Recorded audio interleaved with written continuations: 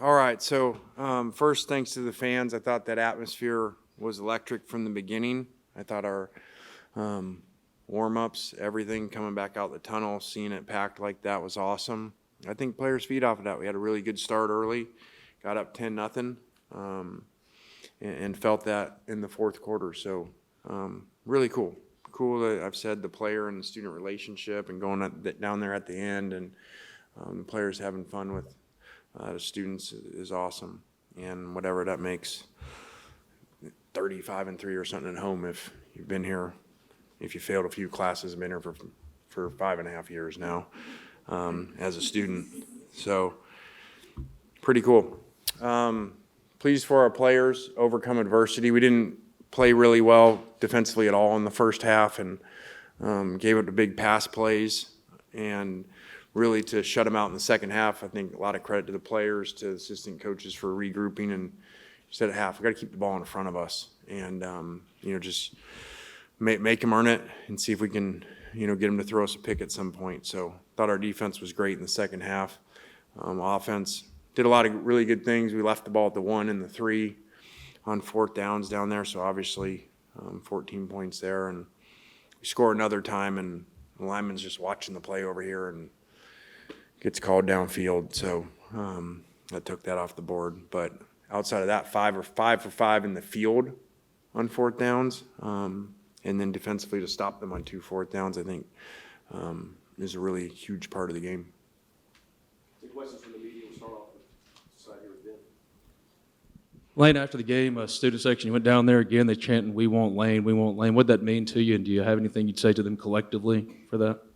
I mean, it was just a cool atmosphere, like I said, during the game. The walk was awesome, and you could just tell. So I think it's good. Like I've always said, I wish our fans would be the way they are at LSU games because they hate LSU. So I guess we got them to hate Florida this week.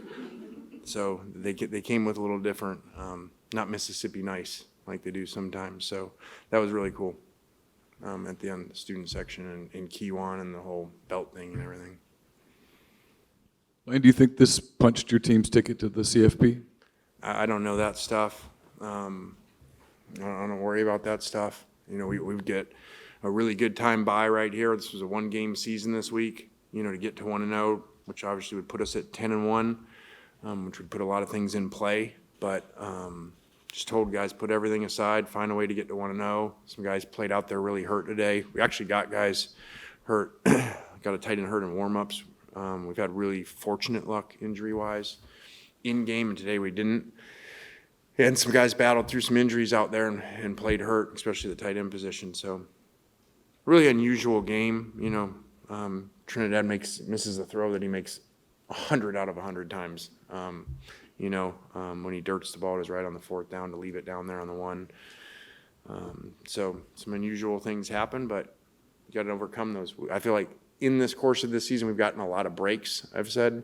And then today some went the other way, like the hands to the face during the kick. That's not post-kick, okay? So that should be first down there. And doesn't do any good when you come over, you talk about it, and then you say afterwards, yeah, you're right. Well, that's the point of getting it right as officials. So that was really frustrating, as you probably saw, because that's a critical play. It's first and goal right there instead of the field goal, and obviously it was during the kick. So whatever. Lane read the story from Ross Dellinger this week that he had that sit down with you, and there was a really striking quote there at the end where you talked about picturing yourself being at the elite Blue Bloods, but you sort of changed and you didn't think it was necessarily a place like Ole Miss, but you've sort of changed your way of thinking, and that maybe this is the last chapter. There's a lot of talk about you for coaching searches right now. Do you anticipate being the head coach at Ole Miss next year? Yeah, I think the last chapter thing makes me feel like I'm like 80 years old, So I don't like being old, so I don't really like that part of the story that makes me feel like I'm on my last chapter. So I love what we're doing here. Today was awesome, and I don't talk about that stuff. And really to even talk about it right now would be so disrespectful to our players and how well they played today. We got a lot of things going here, doing really well, and I love it here. So. Talk about Q1 a lot, but what specifically tonight allowed him to go for over 200 yards and 3 touchdowns? Giving the ball 31 times. So, he's elite, and really, I think in the second half of the season, as you look, he's gotten stronger, which is highly unusual. He leads the SEC, I think, in carries by far. Shoot, he might lead the NCAA now. And really, that's unusual because you get wear and tear normally throughout the year. Really, maybe Derrick Henry's the only one we've had like that got stronger. He carried the ball 90 times in the Iron Bowl and SEC championship against Florida, actually, in a 7-day span. And I think Kwan could do something like that. He just seems to get stronger. He plays almost every snap during the game. And he just really elite player, because usually your track fast guys like him, they can't stay durable and run the way he does in between the tackles and short yardage. That's why he's really unusual and can make a lot of money. What were the differences in the first half defense and the second half defense? Yeah, in your mind, covering them. I mean, in the first half, we're just letting them run down the field on play action, and so don't matter how many receivers you got hurt. Anybody can, if you don't cover them, they can catch it. So, really at halftime, so let's just stay back, let's drop more, and make them earn it. And we did that, and really played great in the second half, and finally got that critical interception. With this game having so much significance, so much weight to it, and you being the focus, just what was it like for you emotionally out there today? I didn't. This isn't coach speak. I don't give you coach speak. I didn't even think about that stuff. I just trying to coach the game, put us in the best position to win, and really that was, like I said, there was really unusual, which is football. You're going to get really bad, good and bad things happen in a game, and we got a lot there bad early on in that second quarter especially, and it just felt like, okay, this is a lot of stuff to overcome, but I think that shows that we are potentially a really, really good team, that we can overcome those things and still win by a couple scores and have 538 yards in a game against a good defense. That defense has given a lot of people problems throughout the season. Well, you don't play for a little less than 2 weeks. Do you like what the bye week is, and kind of what's your game plan going for the next couple of weeks? I do, especially with Kwan. If when you probably watch the TV copy, you'll see better. He has one shoulder in there, so he can't even block.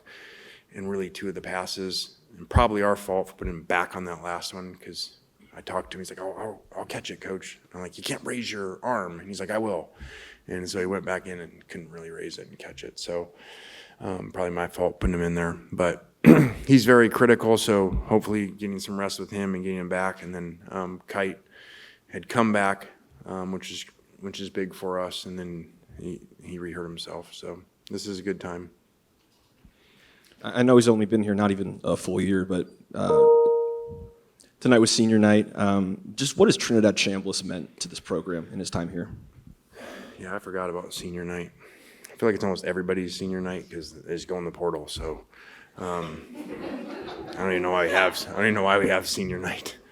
They're like portal night. All guys that are thinking about going in the portal. So I hadn't even thought about that. But Trinidad's been awesome. I mean, he ain't been here. You said a year. He ain't been here close to a year. I just got here this summer.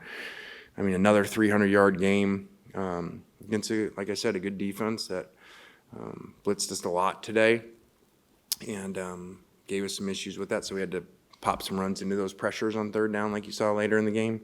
But Trinidad made a lot of really critical plays. He obviously missed the easy throw, but he makes the other touchdown that the lineman downfield over there that obviously had nothing to do with Trinidad. He made a great play on that. So he's been awesome. I think it's an amazing story. And really kind of like his last year. The guy didn't start at the beginning of the season where he was at and won the national championship. So now he's starting here, and who knows? We'll take first row this second. Lane, you praised tonight's environment. Since you got here to now, do you believe this Ole Miss fan base and program has kind of risen to the occasion to be respected and revered as a kind of blue blood or elite program? Was today? Were you here last week? No, that they answered the call today, and they having some big games for us, and that's been critical. I'm just telling you, when you run out there and I just think it's a big deal, especially the way we face. And you run out there and that thing's half full. It's a different energy that it creates for your players. So tonight being full at kickoff and they stayed, is really, really important. Lane, what does it mean for you personally just to get your first win over Florida as a head coach, especially after they knocked you guys out last year? I seriously hadn't thought about that, but thanks for reminding me. So, yeah. That's why we played their song, because we finally beat them. Yeah, I really hadn't thought about that. Yeah, I had thought about how far our program's come, because that was our first game, actually, Florida. Unless you're talking about the Florida-Tennessee game. That was a long time ago. We lost to them. But the first game of our program here, we played Florida, and we were a long ways away on the field from them. We scored late, so it looked like we scored a lot. But, that day, the programs were a long ways apart. So it's been 5.5 years later here, almost 6 years later. It's really cool to see where our program is, not just in that matchup versus them, but just in the SEC. So, like I said, I told our guys this week, I've said it for 2 weeks, as you get older, everybody always says the good old days. Like, man, remember in the good old days when we were in high school and everybody talks about how good they were? And I said, hey, guys, I think we're in the good old days right now. So I think we're in them. I think for our fans, for our players, it's like this utopia of what's going on. So enjoy it, because these runs don't happen very often anywhere. So it's really cool. Lane, here to your right. How do you set aside the Kiffin to Florida talk, and do you let your representatives kind of handle all those machinations kind of going on? And what's kind of, I guess, your message to Ole Miss fans? I mean, talking to some of them before the game, a lot of them are just like, we just kind of want some clarity here. Okay. I feel like you're a Florida guy. I don't think we were distracted. 538 yards today for an offense seems pretty focused. So we've been dealing with what people would say been a distraction for weeks now, including at Oklahoma, who's a pretty good team. So I think it's different nowadays. I told you, I think kids think differently. They're getting pre-portaled every Saturday night. They play well from other people. So I just talk to them and say, hey, that's part of the process, man. When you guys play really well, these things happen. Your coach gets talked about, and it ain't the first year it's happened around here. So I don't think it's a problem. Go up top. Lane, with the win, you guys clinched your fourth 10-win season in the last 5 years. You've talked about the importance of that in the past. How has it been building up this program to where it is now? That's a cool stat. Again, that's a lot of players doing really good things over time here, assistant coaches. I thought last offseason, we lost a ton of players to the draft, most in the history of the school. Somebody said the other day, I forgot about that. And then I think 2 returning starters coming into this year, and so now to be 10-1 where they are. I think this is a lot about the assistant coaches too. And the general manager, Billy, they all stayed in the offseason. A lot of them had choices to leave and different jobs, and they decided to stay. It's the first offseason we ever went 100% with coaches not leaving. And I think that has a lot to do with us getting all these new players to perform and play really well. Last question up top. Yeah, Lane, I mean, we've talked at length about the family element and your family being around here, but the first person that you looked at when the clock hit 0 was Knox, who was right there. Yeah. And then you were walking off and you saw Layla and your face lit up and you went after you. It was like you were about to go sack a quarterback there. How much sweeter is it having them around here? I know you get that question every week, but in a win like this.